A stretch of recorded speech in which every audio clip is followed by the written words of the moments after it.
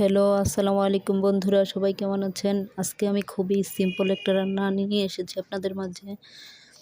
প্রথমে আমি রুই মাছটা ভেজে নিব। আজকে আমি রান্না করব পটল দিয়ে, আলু, টমেটো দিয়ে, রুই মাছ দিয়ে।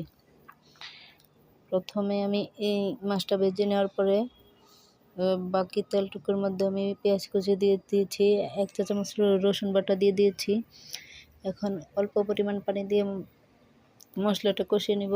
এখন দিয়ে দিচ্ছি 1 চা চামচ হলুদের গুঁড়া, 1 চা চামচ হাফ চা চামচ মরিচের গুঁড়া, হাফ চা চামচ ধনিয়ার গুঁড়া, পরিমাণ মতো লবণ। তারপরে নাড়াচাড়া করে মশলাটা কষিয়ে নিয়েছি ভালো মতো। এখন পটল আলু দিয়ে দিব।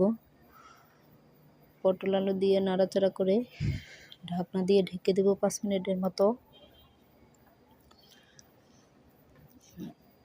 5 মিনিট পরে আবার ঢাকনাটা সরিয়ে আবার নাড়াচাড়া করব। নাড়াচাড়া করে এখন দিয়ে দিব টমেটোটা সিদ্ধ হওয়ার আগ পর্যন্ত আমি আবারও 5 মিনিটের মতো ঢেকে রাখবো, যতক্ষণ পর্যন্ত টমেটোটা সিদ্ধ না হয়।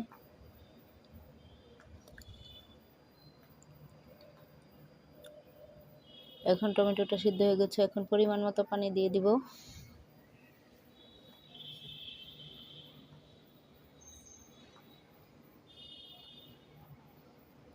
পরে মাছটা দিয়ে দিব। পানিটা যখন বলক আসবে, মাছটা দেওয়ার পরে এখন আমার রান্না প্রায় কমপ্লিট। ধন্যবাদ সবাইকে। আমার ভিডিওটা দেখে সাবস্ক্রাইব করবেন। আসসালামু আলাইকুম।